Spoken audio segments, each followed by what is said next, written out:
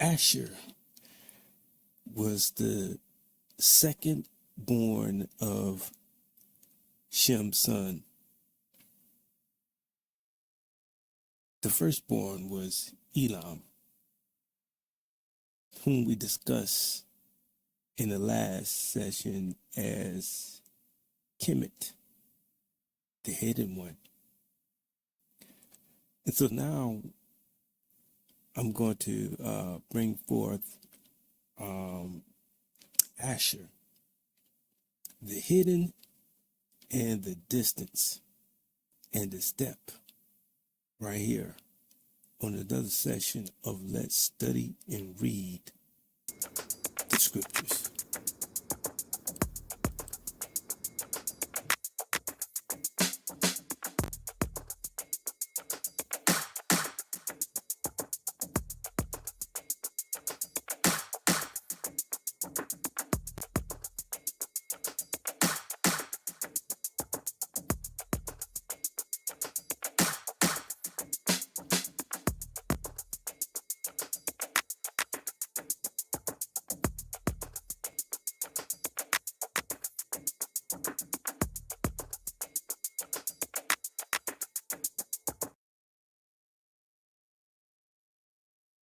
That's right.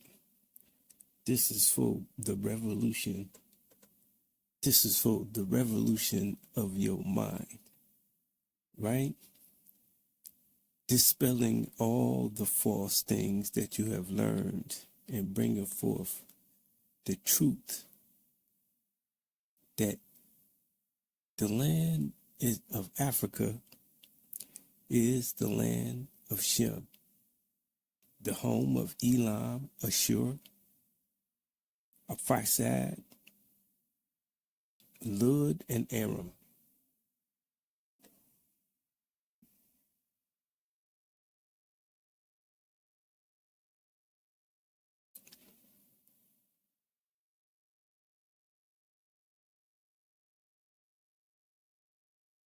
Last week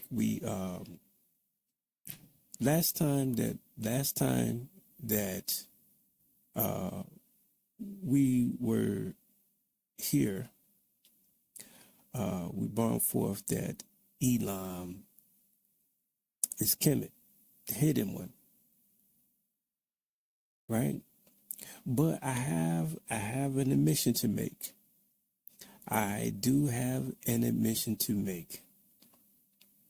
In the translation of Elam, I got one of the letters wrong.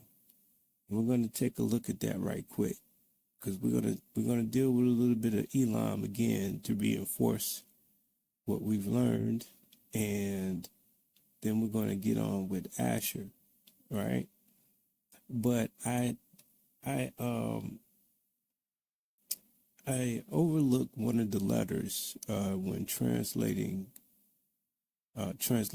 the name of Elam, and it makes a world of difference.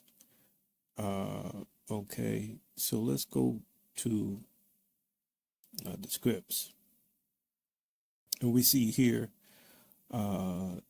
this is the Hebrew characters for the name Elam. Okay, and last week when I translated it in a manner like this. Well, not last week, but the last time I was here, I said that the one that most people translate as the L is a R. And there was a reason why I did that. It was based on I had my reasons, but I wasn't forthcoming with what was given from the Northern Kingdom, which was an M for that letter. Okay, so instead of K-O-R or K-E-R is K-E-M. Okay, so I wanted to make that correction, and it makes a world of difference in properly transliterating the name of Elam, because Elam is English, but in its original name is Aman or Aman, or as I translated it, Khamiyt or Khamiyt. Okay, and we know that is an historical character of Egypt. Mainly, that's who they had as what they would call their God. Okay, that was the thing, you know what I'm saying, which a lot of people did, is that, you know, when someone passed away, and it was a lot of nations that did this, when someone passed away and they end up missing that person, as time goes on, they end up elevating that person to a level of a god. And so that was the case with Aman, or Amen, as they call him, Amen Ra, who is actually Elam, okay? And they elevated him to the status of a god. Elam is English. It is not the original language. The original language, as I said here, is Aman, okay?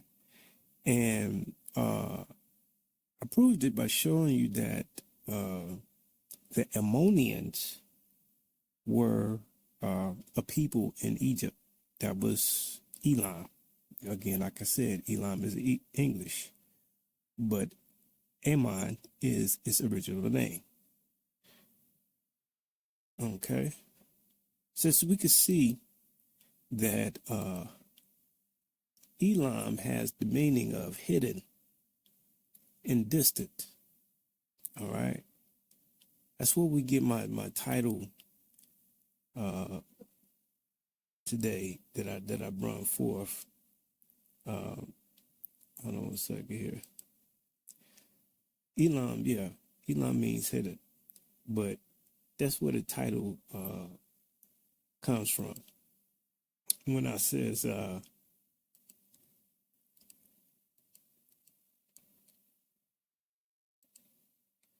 hidden, the distance, the step, the successful, and now the reveal, right?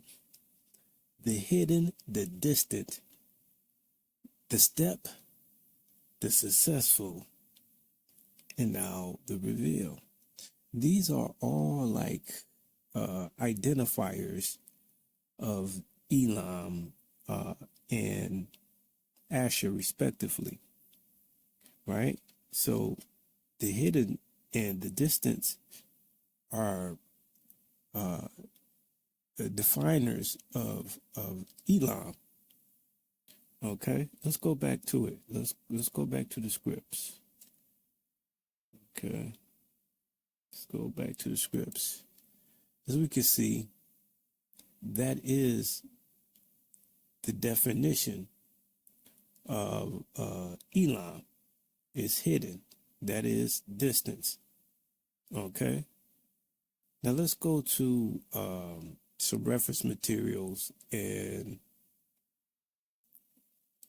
look up the Ammonians. Okay, because that is the true translation of Elam's name is Aman, Khamiyt. That's how I turned. Oh, not that one. That was last week's error. Okay, Khamiyt or Khamiyt. Okay, Khamiyt or Khamiyt. You know, Amen Ra. That's where it came from. All right. So that's the word. That's the root. Let's look at the root again. Khamiyt, or Amen, Amen. Okay. And it has the definition of veil or to conceal. Okay. And that's the root. And then also hidden in distance. These are all definers of Amen. the real name of Elam. All right, so let's look at no.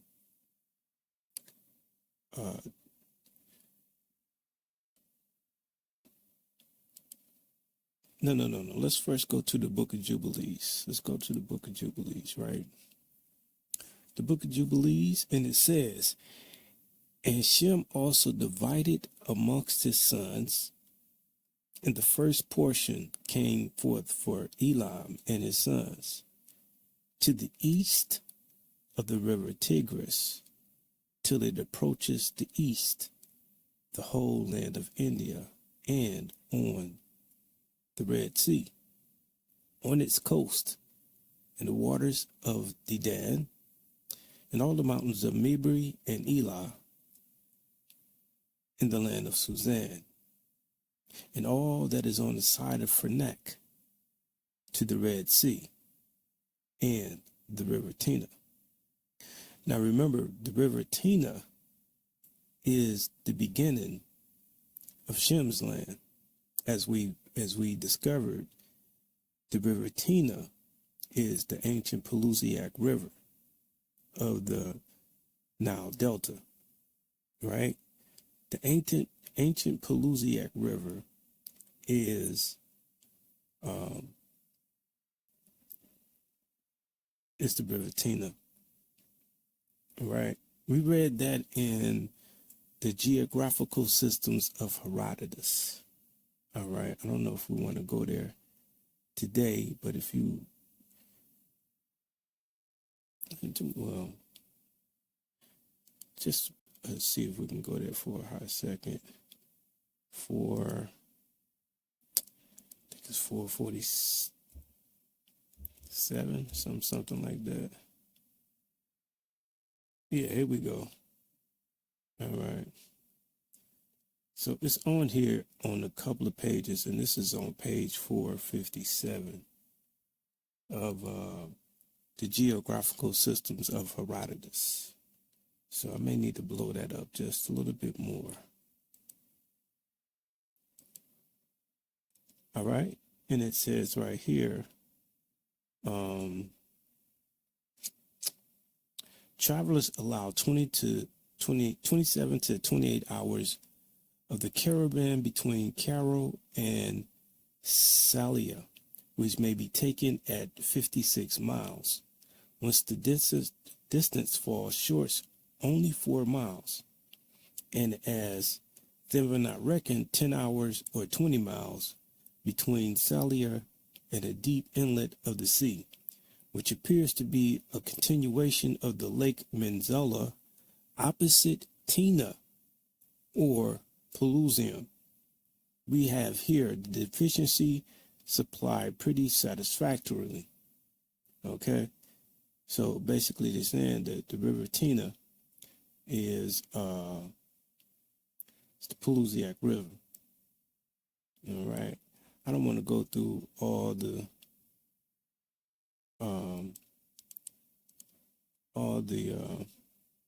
places here we can find that. And what was the other one? Page 453.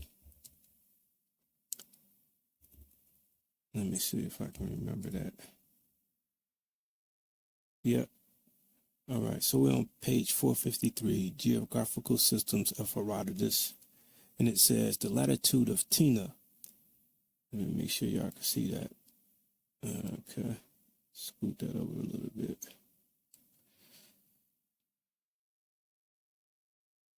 All right. Okay, and then it says the latitude of Tina, semicolon, the ancient Pelusium, being given at 30 degrees by 48 latitude, and that of Farama at the mouth of the branch of the Nile, 30 degrees by 50 latitude. Consequently, the difference of latitude between the Suez and Pelusium is 46 minutes. Between the approximating parts of the two seas, 48, right? So the ancient Pelusiac is the river Tina, right? And we see in the Book of Jubilees, the river Tina is the beginning of Shem's land on the northeast side of its border.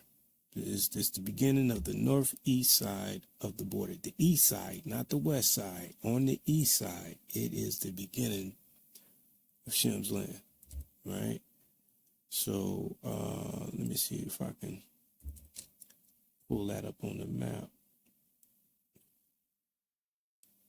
Let's see here.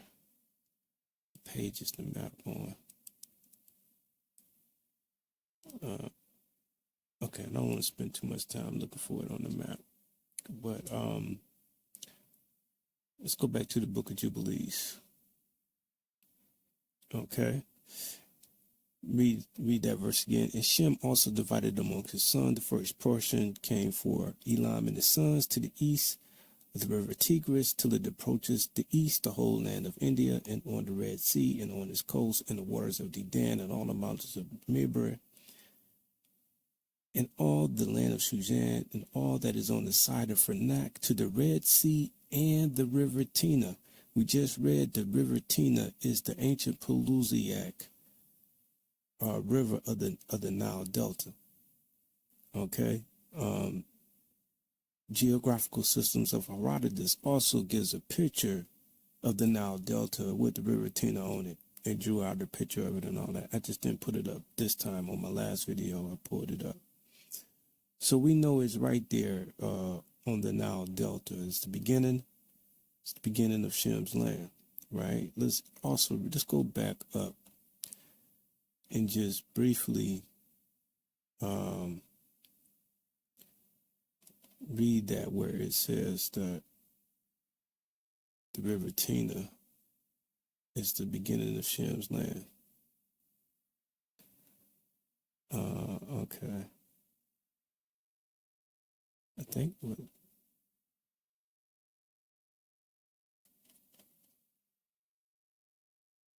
Okay. All right. Here you go. Right here. Okay. Right. Here we go. Right. Verse 12. And there came forth on the writing as Shem's lot, the middle of the earth, which should take as the inheritance for himself and for his sons for the generations of eternity, the middle of the mountain range of Rapha, from the mouth of the water, from the river Tina, and his portion goes towards the west through the midst of this river. So it's traveling west through the midst of the river Tina, which is the ancient Pelusiac River, and it extends till it reaches the water of the abyss. We will find that the water abyss is the Nile River. Matter of fact, let me see if I can pull that up right quick.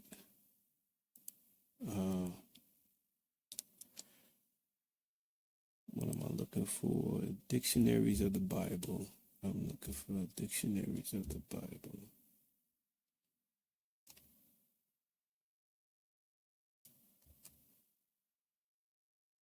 Okay. I'm just going to show you that the abyss is the Nile. So let's check that out right quick.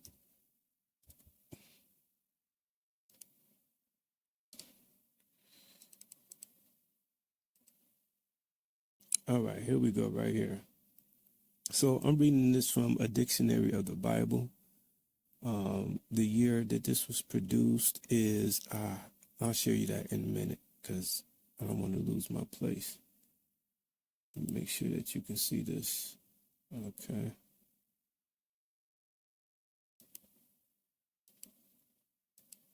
Right. Okay, so make sure you can see that.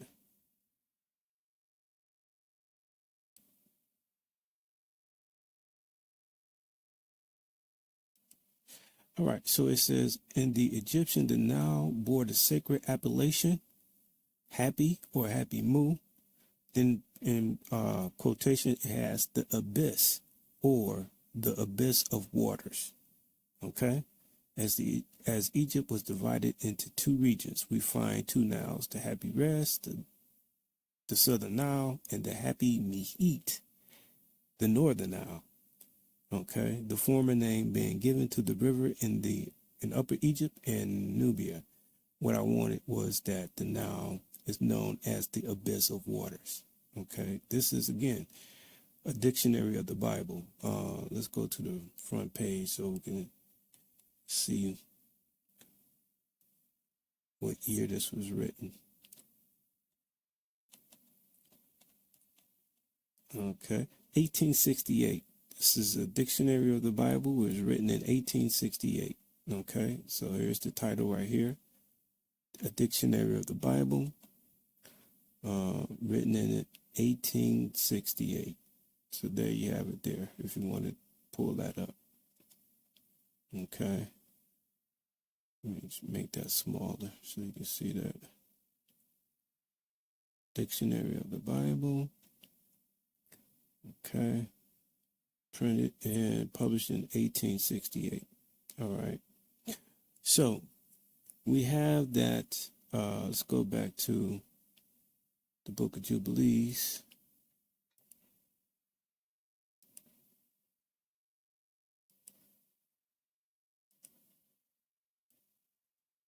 Okay.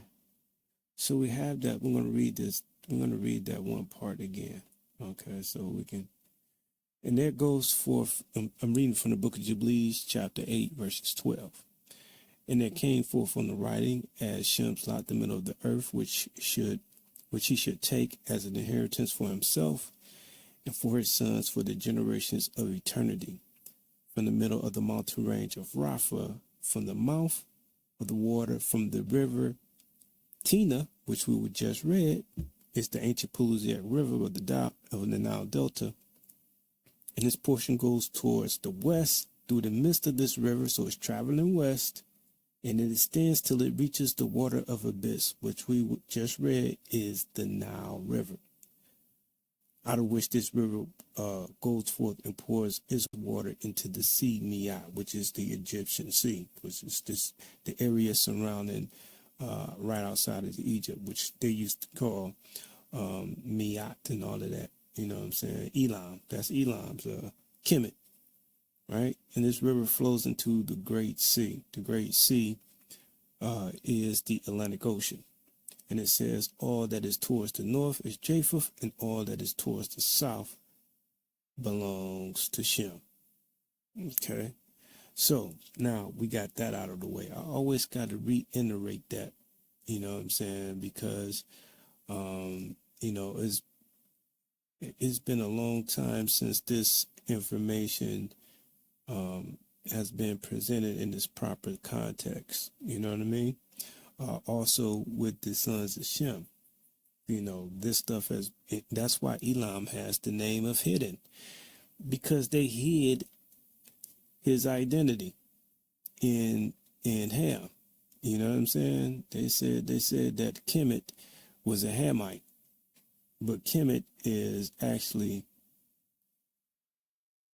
Elam. Okay, that's the hidden one. Let's go over here to the histories of Herodotus. Okay, this is the histories of Herodotus, and this is page 96. Yeah, let me see. You can read that. Make sure you can see that. I'm gonna blow that up just a little bit more. Snaps. Okay. See how we looking.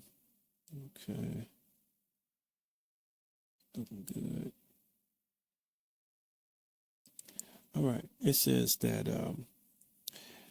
histories of Herodotus, but I have heard the following account from certain Cyrenians who say that they went to the oracle of Ammon and had a conversation with Etearchus, king of the Ammonians, and that, among other subjects, they happened to discourse about the Nile, that nobody knew its sources, whereupon Etearchus said that certain Nasmonians once came to him.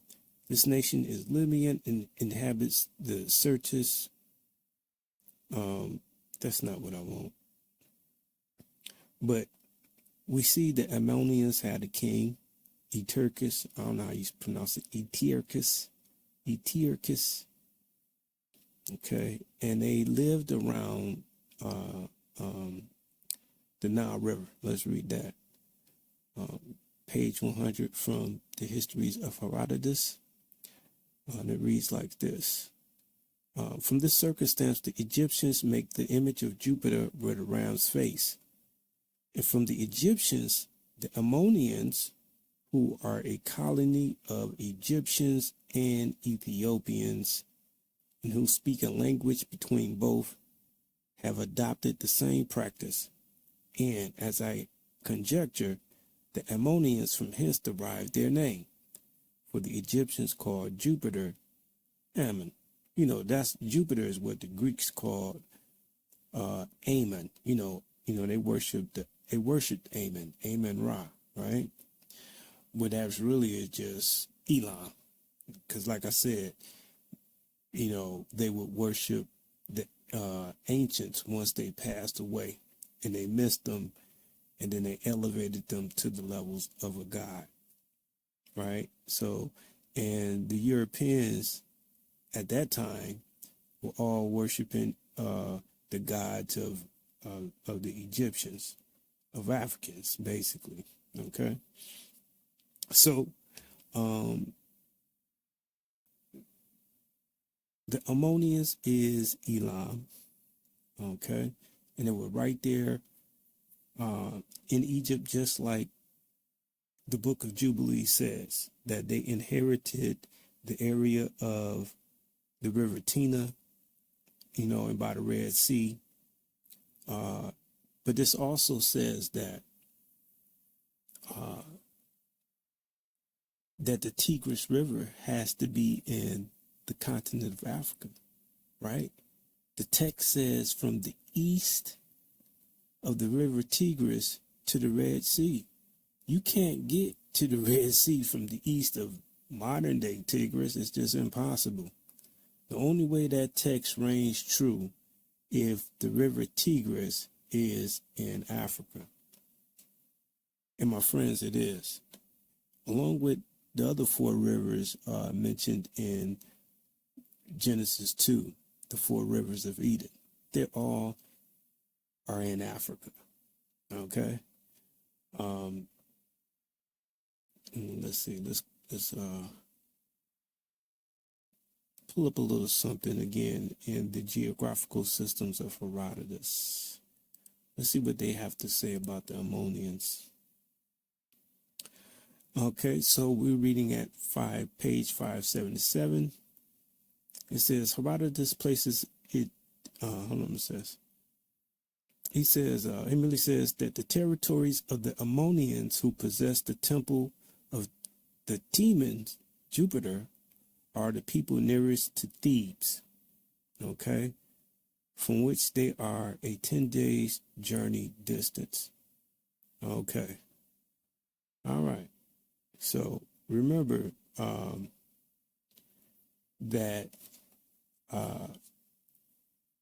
Elam had the meaning of the name hidden and also distance. These are describers of Elam.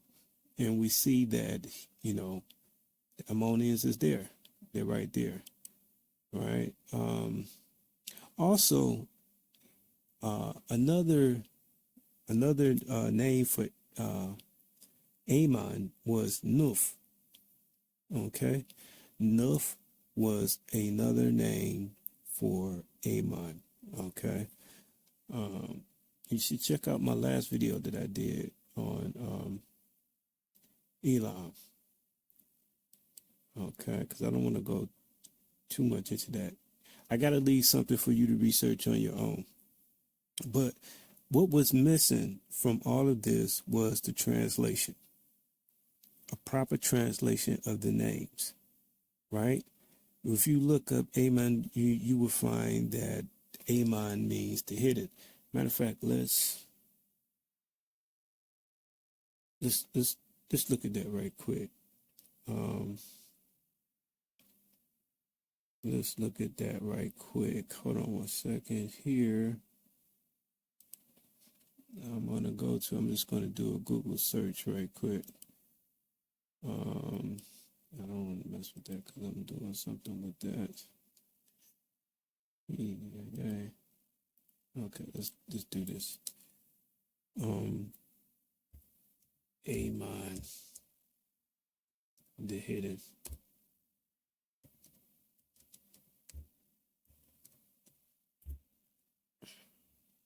Oh, my bad. That didn't.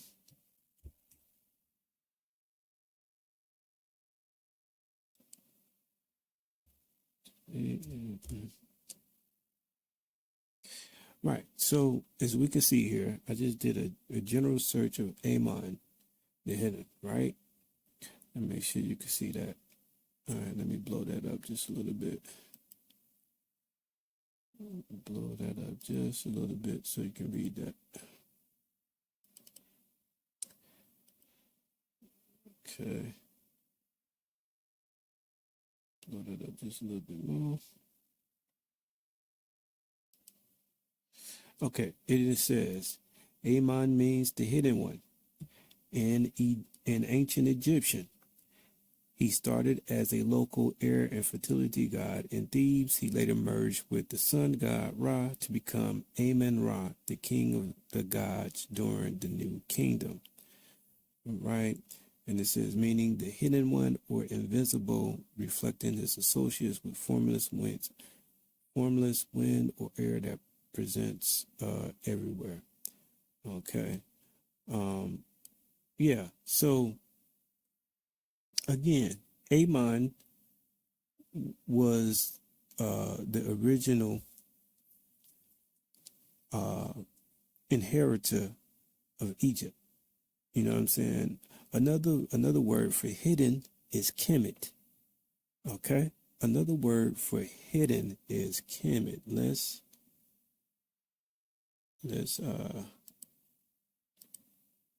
do a Google Translate on hidden. See what we got there.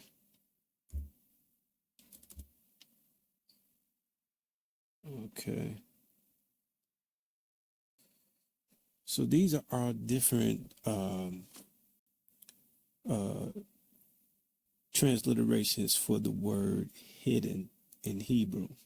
Okay, I don't know if you can see that. Let me make sure you can see what I'm looking at here. Okay, so the first one is Menlet. Menlet, you know, my translation is completely different. This is how I'm finding all of this. Is from the translations that I'm using. We see right here, this is Cayman, right? Hidden. There we go, right there, Cayman. Camun. Right, I use that O as an N. Okay. And right here you got Apis. This is where the Apis came from. This also means the hidden one. That's the god that they also worship, the bull, the Apis. Where actually this is Rapi. Okay. Rapun, I mean. I don't. Where's the Khamyt one at? It's somewhere in here. Here we go, right here. Khamyt. Where it's more like it's DHAMIYT. All right. Khamyt. And that's how they got the Khamyt right there. And it means the hidden. Make sure you can see that. Yeah. It means the hidden right there. That's Khamyt right there. Okay. Now, what are the odds that all of these names that means the hidden that are located in Africa, in Egypt, what are the odds that they will have the same meaning as Elam? What are the odds of that? You know, I don't think that's happenstance when the book of Jubilees says that Elam's land should be right off the Red Sea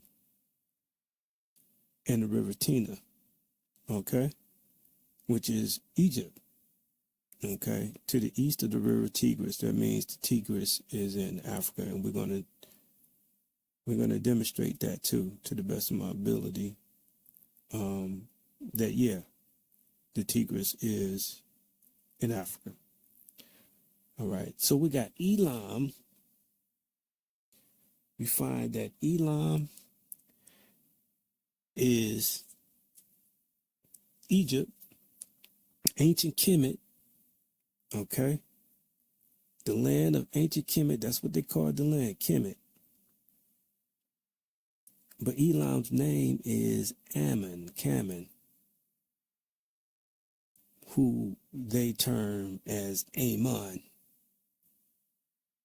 the hidden one. They hid his identity in the sons of Ham, or Cush, as it would say, and had you believing that he was a Hamite. Well, technically, the proper word to pronounce Khamyt is Khamyt, the way it's translated with an A instead of an E. So that's how they probably came up with that he was a Hamite. You know what I'm saying? Just messing it all up. You know. But I got you. You know what I'm saying? The Most High ain't forgot about you. He wants you to know the truth, the true identity of the sons of Shem. Okay? Now let's move along, right? You see that we have Lud at the northwest corner of Africa. That was key. That made it a lot easier to find Asshur, because there was a hint given about Lud before we were able to place anybody in the continent of Africa in their proper position. We got a hint when we was doing the sons of Japheth, right? When I read the sons of Japheth, it says that Tubal's land pushes up against Lud's territory. Let's see if we can pull that up again from the book of Jubilees. Let's see if we can find that spot where it says that, I think it's in chapter 9. I think it is in chapter 9. Let me see. And for Japheth comes owns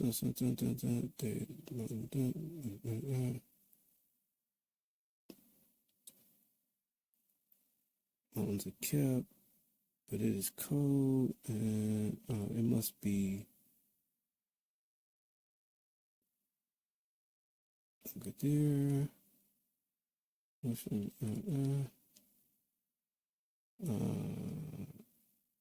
Okay, it must be in chapter 8.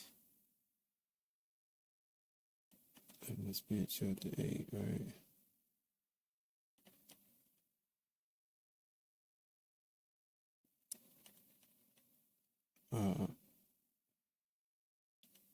You know what? I can make this a lot easier to do the search. I'm serious.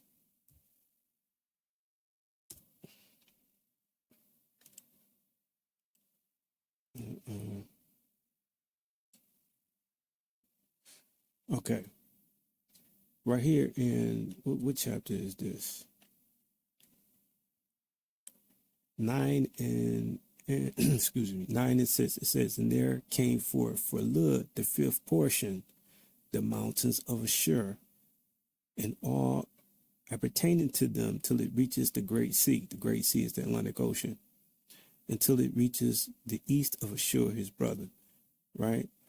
Okay, but I gotta find that part where it says that, here we go, right here. And for Tubal, there came forth the fifth portion in the midst of the tongue, which approaches towards the border of the portion of Lud. I gotta show y'all that. Okay. I gotta show y'all that.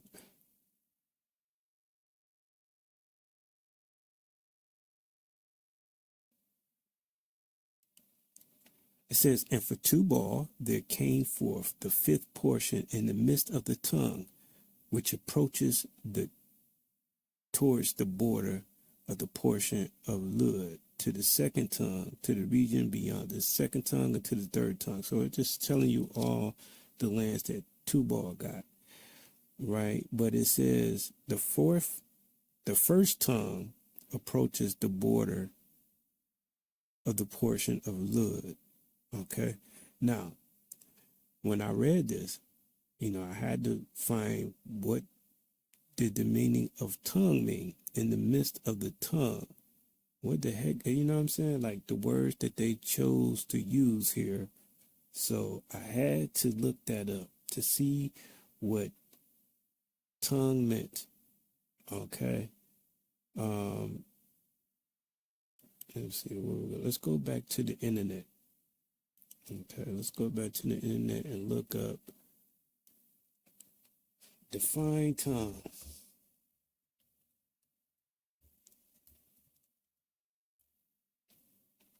Okay.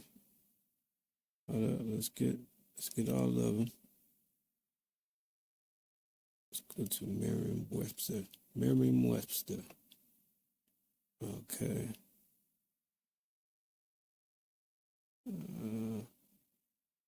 Here we go, right here. All the other tongues gonna say something about the mouth and all of that, right? But right here, let me blow this up a little bit.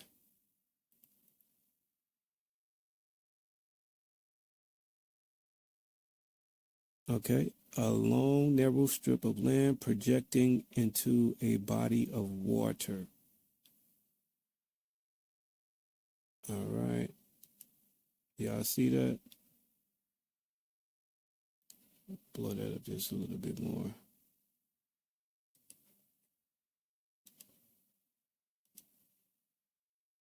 Okay. A long, narrow strip of land projecting into a body of water. All right. So when we're reading the book of Jubilees, and it says that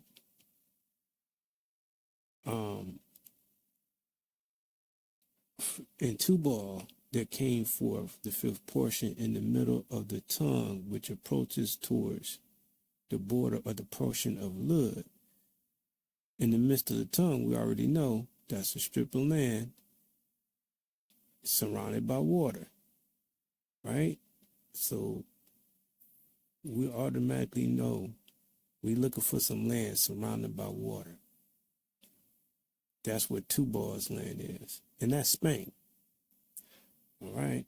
I'm trying, where's that book that says that, oh my goodness.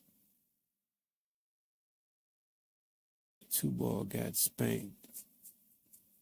I can't pull it up right now. But I have some writings that said that Tubal went to Spain about 150 years after the flood. Okay, I wish I could find that right now. Maybe later I'll pull it up. All right, so Tubal got Spain. Okay, so knowing that Tubal got Spain, it made it easier to place Lud at the northwest corner of Africa. Okay.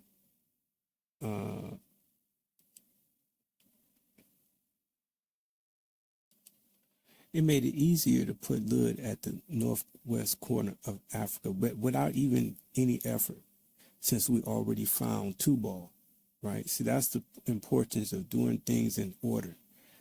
So I did the whole, all the sons of Noah Japheth and Ham before I went into each individual son, right? And we found that Tubal had Spain. So that made it easier to place Lud at the northwest corner of Africa. Now, it says that Lud was his land went to the Great Sea, as we can see. It is right there on the Atlantic Ocean. Okay. And he had the mountains of Asshur. So that tells me that those mountains, the Moroccan mountains and all of that, that's Ashur's territory. It made it easier to figure that out. That the mountains in, let's see if we can pull up a map right quick. Let's see if we can pull up a map right quick. Hold on a second here.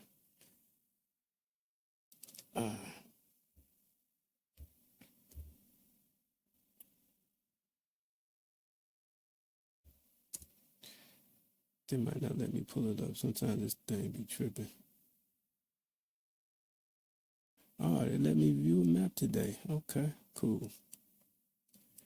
All right, so let's look at this.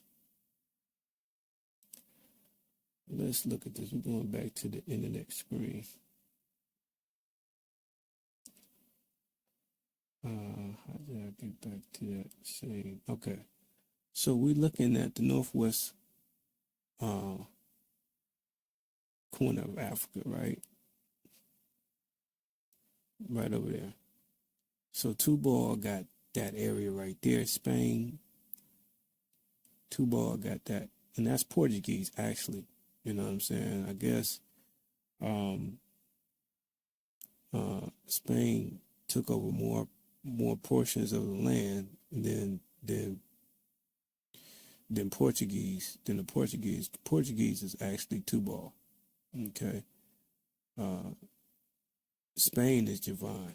So they shared this island together. Okay. And it pushed up against the land of the territory of Lud. Okay, which is this area right here. Right? So that made it much easier to place Lud right here at the northwest corner of Africa. Right? And it says that his land, he takes on the mountains of Asshur. And so, you got mountains all across the Sahara Desert. Okay. So that tells us that this area right here is Asher's territory. Right? Without even having to do any deep diving, you know what I'm saying? Just because we found Lud, because we found Tubal, which led us to finding Lud, and this helps us to find Asher. You know what I'm saying? We just building right on top of one another, right? But let's look at the language. Let's look at the language to see if the language can tell us anything. Okay, let's look at Asher and see if the name can tell us anything. Okay, let's go back to the script scene.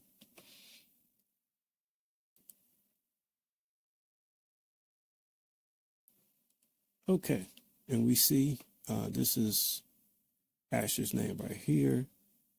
Of course, his name doesn't translate into Khamiyt, so we're gonna change that up. Let's edit that right quick. This is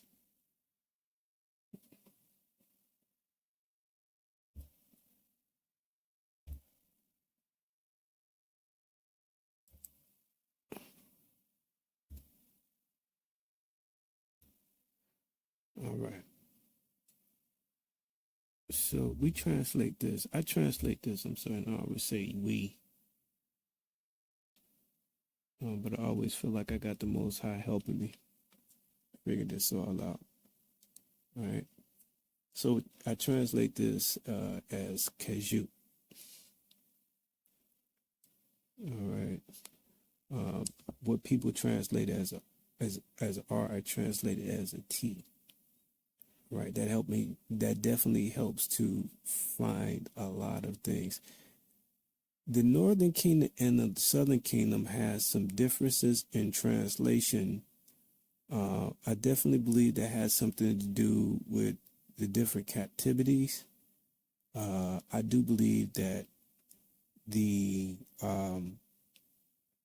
Northern Kingdom's translation is the most ancient one, and the Southern Kingdom ones had been altered a little bit. And so there was some differences between the Northern and the Southern Kingdom's translation. Okay, so the big differences that I'm using is coming from the Northern Kingdom, but I do use the Southern Kingdom sometimes too. And theirs doesn't exactly line up to the modern translation. Some of it does, but some of it doesn't either. All right. So these, unique translations that you see me having is based on Northern Kingdom's translation that, I discovered. And that one day, I'm going to bring forth those proofs. But right now, I just don't need nobody questioning the source material. And you know what I'm saying? Not when this is giving me so much so far. You know what I'm saying? It's cracking the code.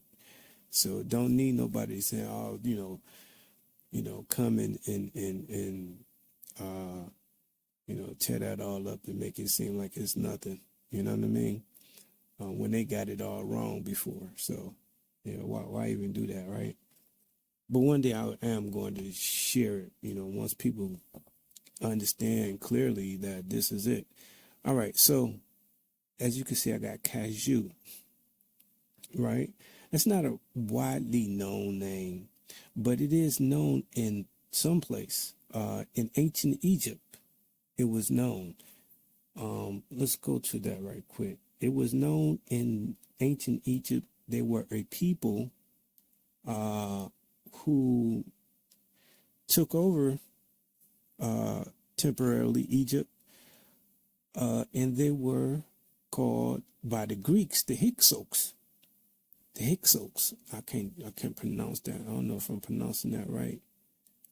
The Hyksos. That's how they pronounced it. In by the way, that kasut, it could be pronounced sazut, chazut, or sazut, something like that. It could be an S, as far as its pronunciation, or cha. They've been used both ways. So I just use the C as a placeholder, you know what I mean? But let's go over here back to the internet screen again. And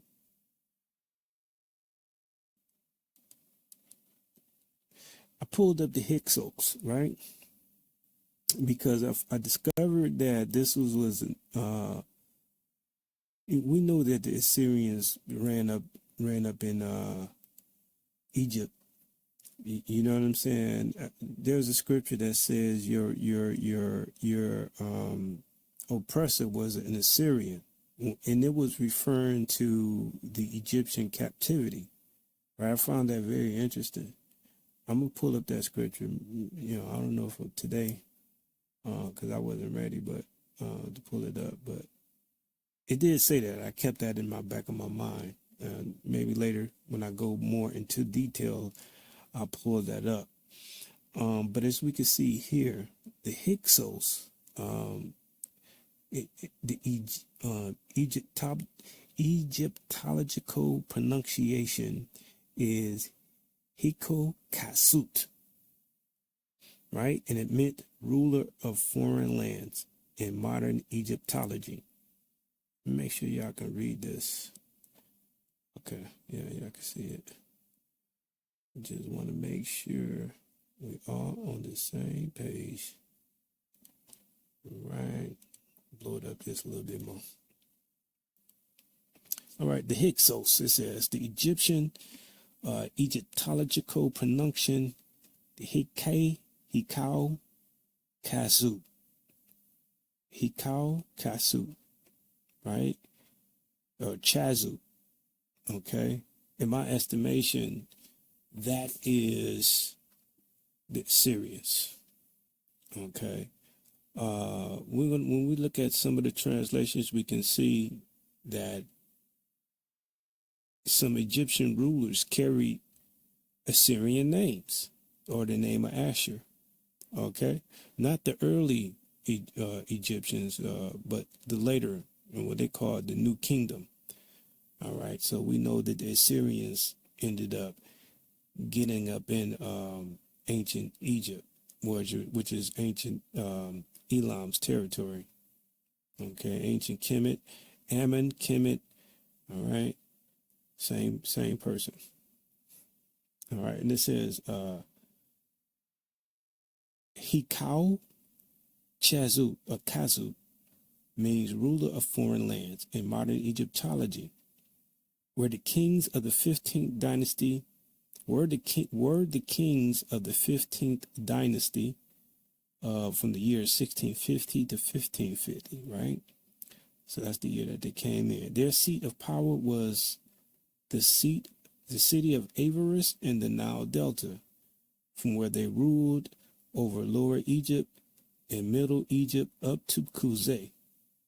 Okay, I'm going to read this little part down here. In Egyptica, a history of Egypt written by a Greco-Egyptian priest and historian Manetho in the 3rd century BC, the term Hyksos is used ethnically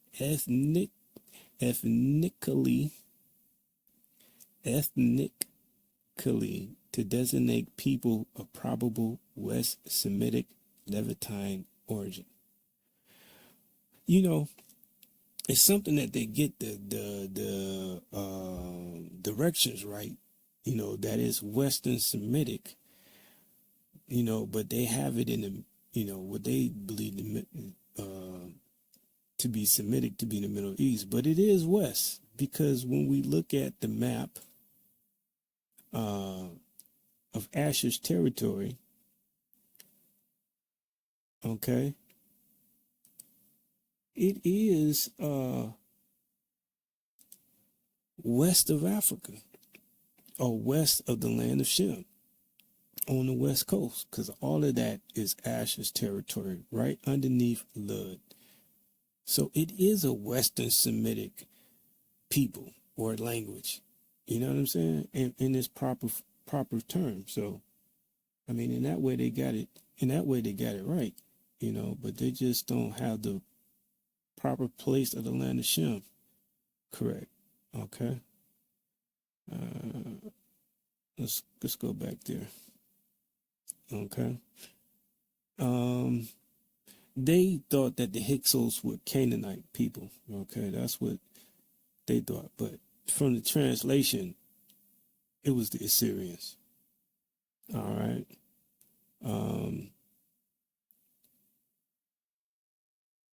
And so this is a picture of the Hyksos. Let me see. See if y'all can see this.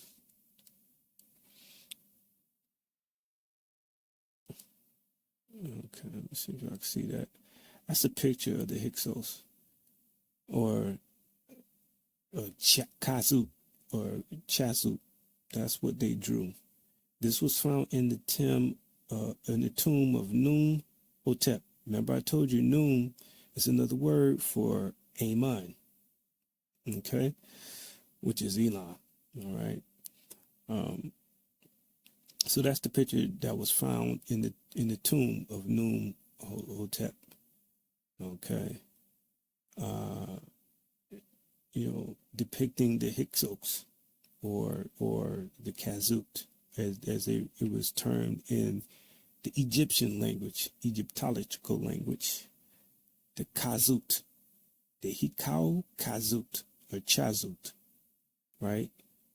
And as you can see, how I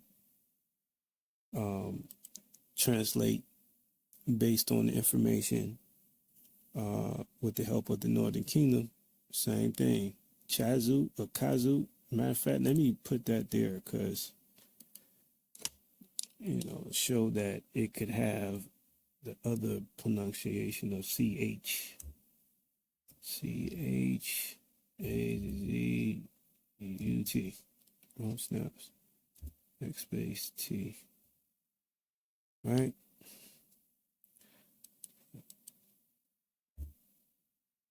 Okay. So I got them both up there. Okay. Kazut, Chazut, or Sazut. And that is Asshur. All right. Now let's look at some other translations of his name, which they said means success, right? Let's take a look at that. Hold on a second here. It says that Ashur's name means successful. Okay. And so there's two definitions for Ashur's name. Successful, and I know people who follow biblical terminology, step. That is the other identical term used for Asshur is step, as you can see here. A step. I'm using this in the Strong Concordance. All right. Step and successful. Okay. So now when we look up some words for successful in the Hebrew, what do we come up with?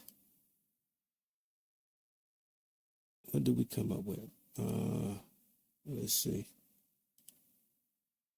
All right, so we're looking at some translations of successful in the Hebrew. Let me see. Do I need to blow that up?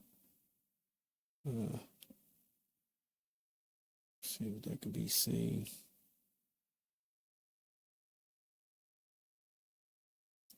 No, I cannot blow that up. I can this way. Okay. All right, so here go a few of the translations of successful. Okay, and so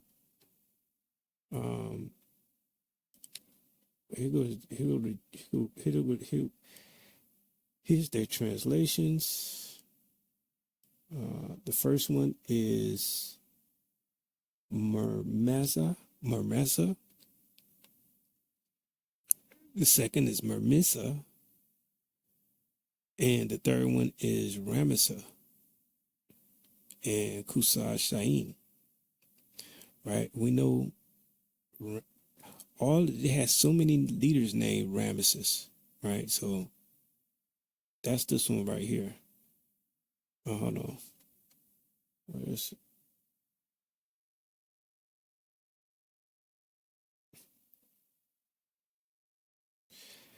It's the third one. Okay. It is the third one.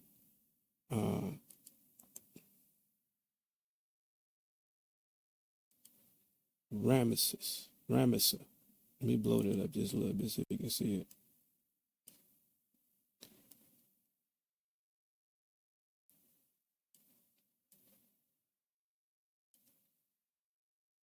Okay, so third one is the R. What most people translate as the L, I translate as an M. And then the other one is a S, and its vowel point is A. Ramesa. Okay. And then also, which is very close to what they put on the map, is Marmerica. Now I have Marmeka and Mamasa. And they said that, hold on, I gotta mention this point too. During the slave trade here in America, they said that the term massa came from an ancient term from the first Egyptian captivity. And I thought that was interesting, that one of the names translated was Massa, you know what I'm saying? And that's where the term massa come from, you know what I'm saying, that they had gotten from actually the first Egyptian captivity, right? So, yeah, just one of those hidden facts right there. But Ramessa and Marmisa, okay, these are transliterations for successful. Okay, it's very close to Marmerica, which they got on the map. It ain't exactly, but it's close. Let's look at Ramesses. I'm going to show you something. Let's look up Ramesses. Okay, let's go back to the internet screen. Let's look up Ramesses right quick.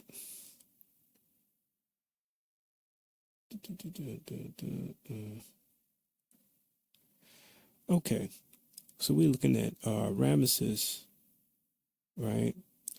And what I want to look at the name is because the name actually has a meaning. Ramesses is the name, it actually means leader. Okay, so it's just not like one person's name, like you had to have Ramesses 1, 2, 3, 4, and so forth, right? Because that's the title of those people, the Ramesses, you know what I'm saying? That's an Assyrian title. That was the name of Asshur. That was an identifier of the sons of Asshur. Okay, as you can see here. Hold on a second. Let me make sure you see that. Okay.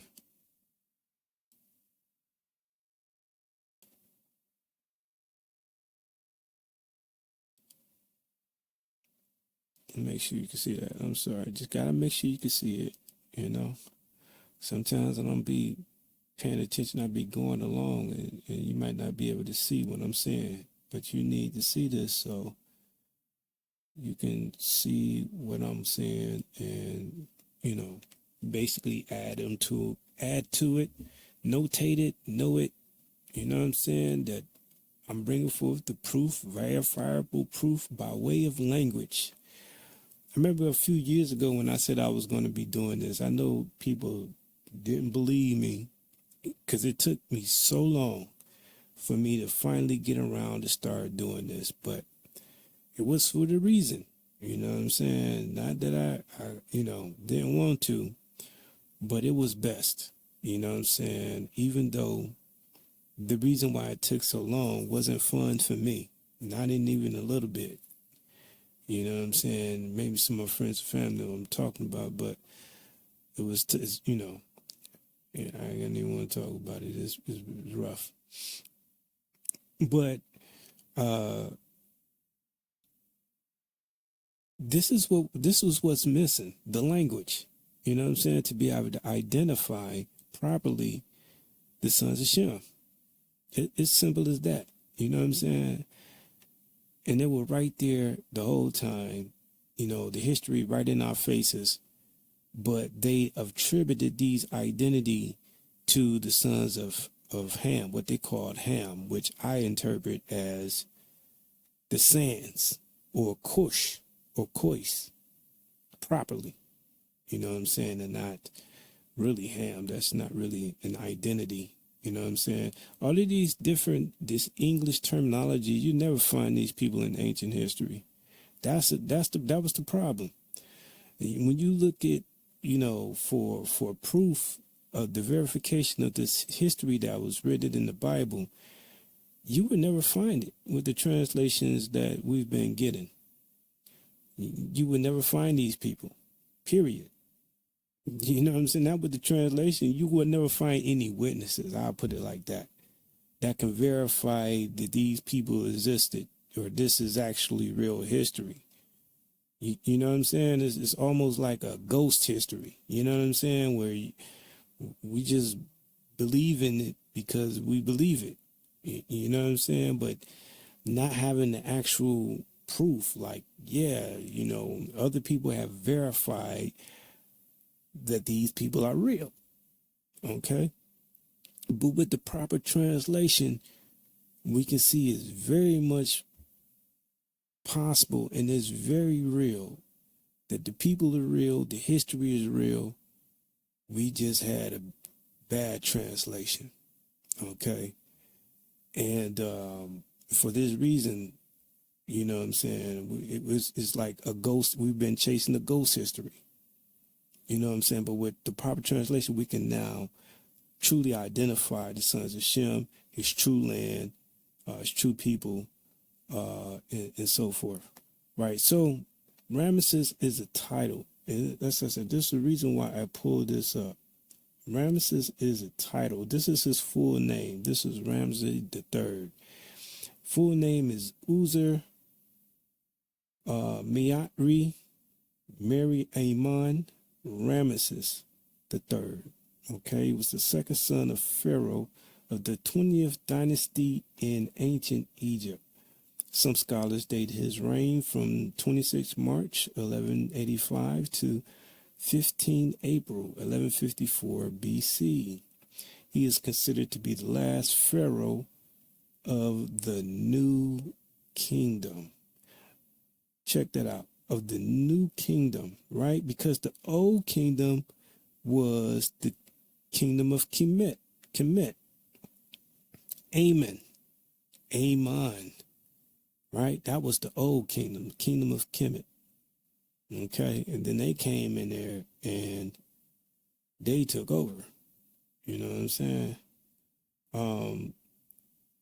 It says his long reign saw the decline of Egyptian political and economic power, linked to a series of invasions and internal economic problems that also plagued pharaohs before him. This coincided with the decline in cultural sphere of ancient Egypt. All right, what did I want from it? It was something that right here, this is what I wanted to name. Ramesses, also Ramses and Ramesses. Two main names are transliterated as, well, good luck trying to read that. You know what I'm saying? Because I can't read that right there. But that's what they so-called translated from, because they don't got no vowel points in it or nothing. So I don't know how they did that. But it says they are normally realized as Uzer Miatri, Mary Amon, Ramesses, He Anu. Right? Now we just read that Hikau was the Hyksos. Right? We just read that there was the Hyksos, or the Kasuts, the Asshurs. The name matches the identity of Asshur, Ramesses. When we go back to the translation, let's look and see. Let's look and see. The name matches Ramesses, you know what I'm saying? R-A-M-S-A.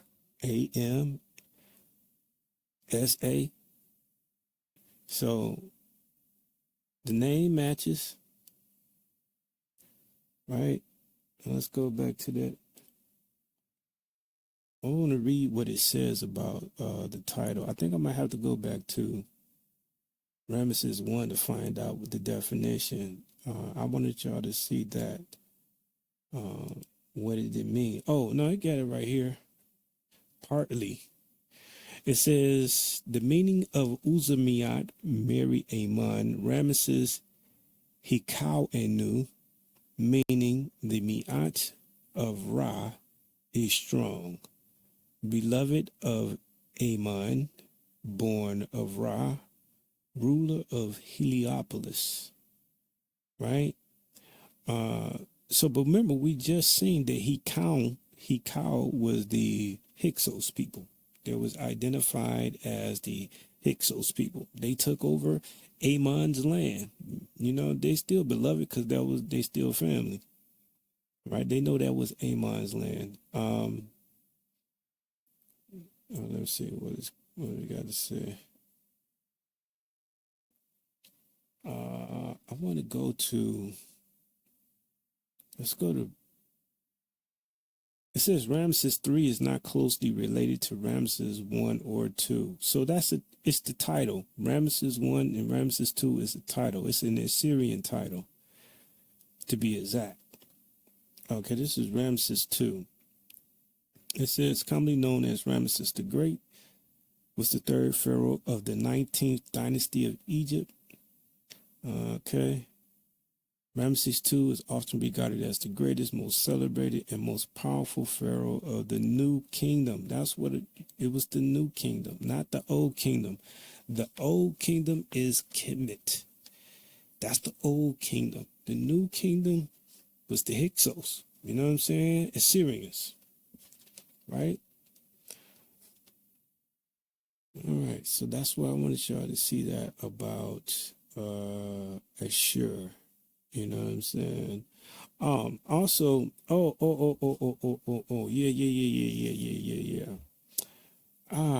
I got to go back to the Hyksos, right? Because it's going to say something about them. Because we got to look at some of the definitions of Asher's name. Successful, and then what was the other one? Step. Okay, and one of them is similar to, to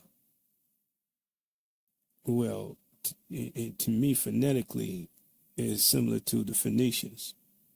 And what I found interesting is where it says that the Hyksos come from Phoenicians. I think I read it somewhere in here. Yes, I did. Etymology. Let me make sure y'all can see what I'm saying. Okay, you can.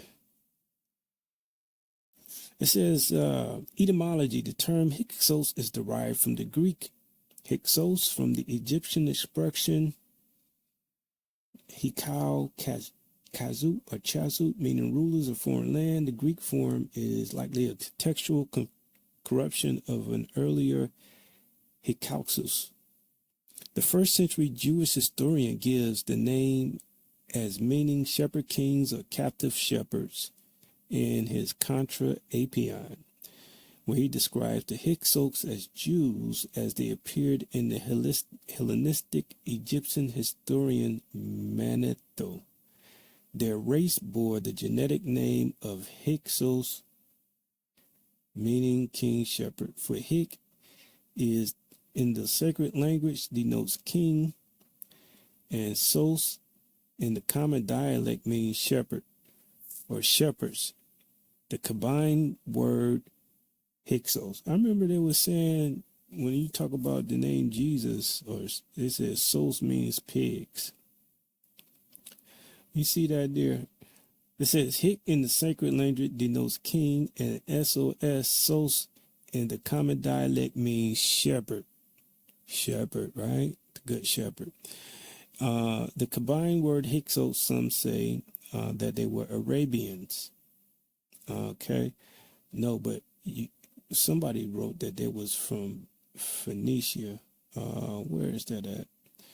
I gotta find that. Josephus' renditions may arise from a later Egyptian pronunciation of whatever that, can't pronounce that, which was then understood to mean Lord of Shepherds. It is unclear if this translation was found in Manetho, an Armenian translation of an epitome of, okay, so I'm looking for the place where it says they came from Phoenicia. Okay, and the Phoenicians are not Canaanites. It was unknown what the Phoenicians were, actually. But it is my consideration that they were the Assyrians. Based on the translation, and it says it somewhere in here. I can't find it. I usually like to have all of that ready, but I'm sorry. It's going to take so much time just to find it. But you can read this for yourself. This is Wikipedia. And I'm sure you're going to see it somewhere in here that they said that the Hyksos came from Phoenicia. That's what I think he said. Josephus wrote that about them. Josephus or Eusebius, one of them, wrote it about that that they came from Phoenicia. Okay. So now, with that being said, let's get off into some of the translations of Asshur. Let's go back over here to the scripts. So his name, Asshur, has the name meaning of successful and also step. All right. Going and step. So those are his three: successful, going, and step. Step and going is the same thing, but stepping. Okay. So let's look at that translation and see what we got there.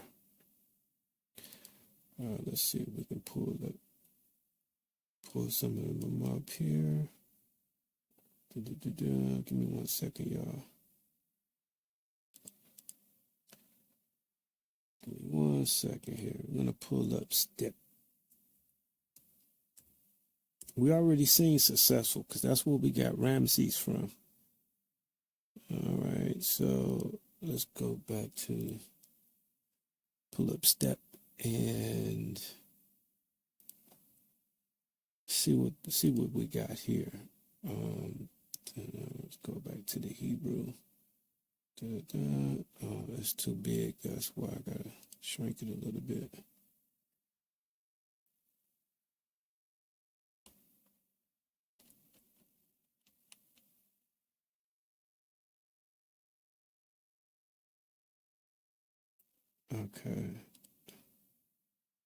Okay.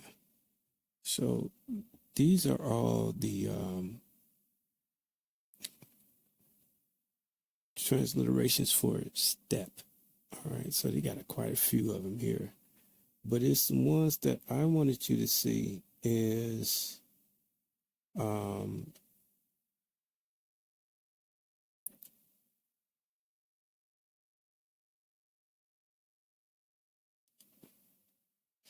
this one right here.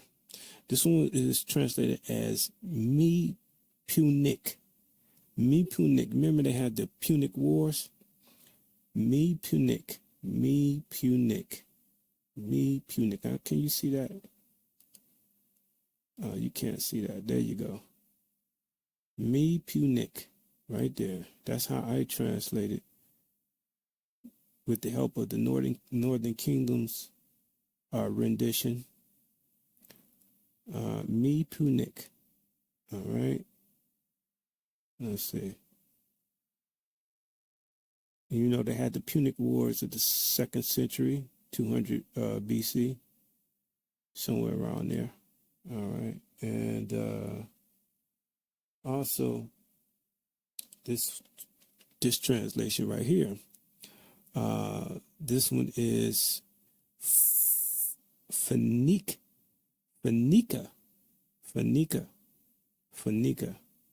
And it sounds so much to me like for the Phoenicians right here. All right, Phoenicia. That dot turns it into an F. Make sure y'all can see that. Yep, you can see that. Phoenicia. Right? I don't translate it like the common modern people translate it because they have that O-looking symbol as an S, which I translate as an N. Okay? And I get Phoenicia. And I think those are the Phoenician. They was located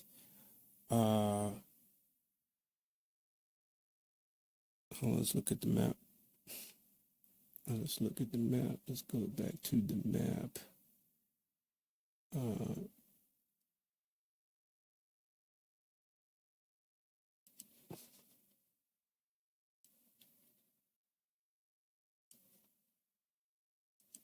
So the Phoenicians were in this area right here. Okay. The Phoenicians were in this area right here. You know what I'm saying? That's where they were. And when we look at, remember I told you, I'm sorry, an earlier translation I have that was similar to Marmerica, right?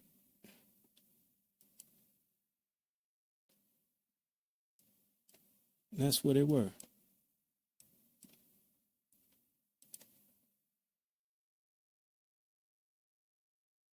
Oh, snaps. Oh, man. All right, that's where they were.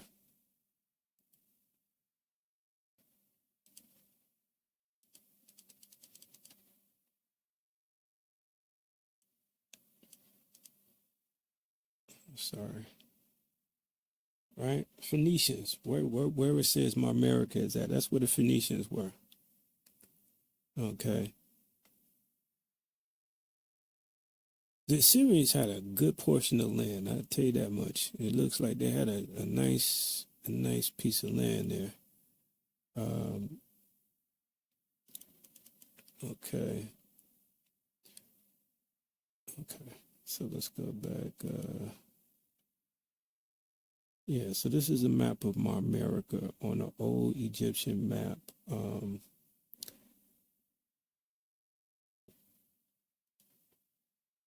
Monster produced this in 1540. Okay, if you want to look for that, Africa Tabula, right? And we're going to discuss Africa, like the name Africa, Ethiopia. We're going to get there, trust me. But we see so far that, Asshur made his presence known with his name, Ramesses, and also Marmerica, which is similar to Marmisa. Okay, Phoenicians, the Phoenica, which is, in Northern Africa. All right. What does the Book of Jubilees say about Asshur? Let's go back there right quick. Okay. Let's go back to what the Book of Jubilees says about Asshur.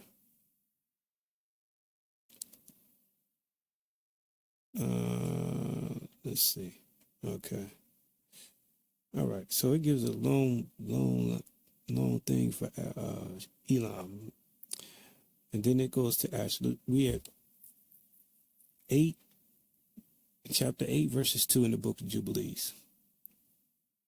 Is this 8 or 9? No, it's 9. 9, verse 2. And Shem also divided amongst his sons, and the first portion came forth for Elam, and his sons were Ammon. We're going to start saying that. To the east of the river Tigris, till it approaches the east, the whole land of India, and on the Red Sea. I ain't going to say one of the names of Asshur translates to Indy. I'll show you one day. On this coast, you got to do some work yourself too, so you can see for yourself. But yeah, it's all there. And the waters of Dedan, and all the mountains of Mibri and Eli, and all the land of Suzanne, and all that is on the side of Fernak, to the Red Sea, and the river Tina. Right? So he's right there in Egypt. Ammon. That's his real name. And for Asshur came forth the second portion, all the land of Asshur, and Nineveh, and Shinar, to the border of India, and it ascends and skirts the river. Right? And it ascends and skirts the river. What river is he talking about? Okay, let's go to the book of Genesis. Let's go to the book of Genesis. Let's see what river is he talking about. They talking about skirting. Okay. Let's see here. Okay, and the name of the third river is Hiddekel. That is it which goes towards the east of Assyria. Right? So the Tigris, the Hiddekel, goes towards the east of Assyria, which is Asshur. Okay? Should I do that now, the rivers of Eden, or should I just wait for that? I don't know. Maybe I do that next go around. Because it's already been a lot. Let's see how long I've been recording. Let's see. Yeah, it's been an hour. It's been over an hour. So we're gonna say that for next time.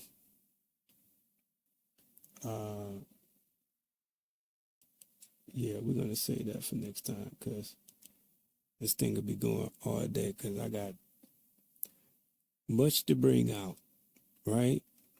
But as we can see, I've showcased that Elam, aka Khamiyt, aka Ammon, is right there where he should be in Egypt.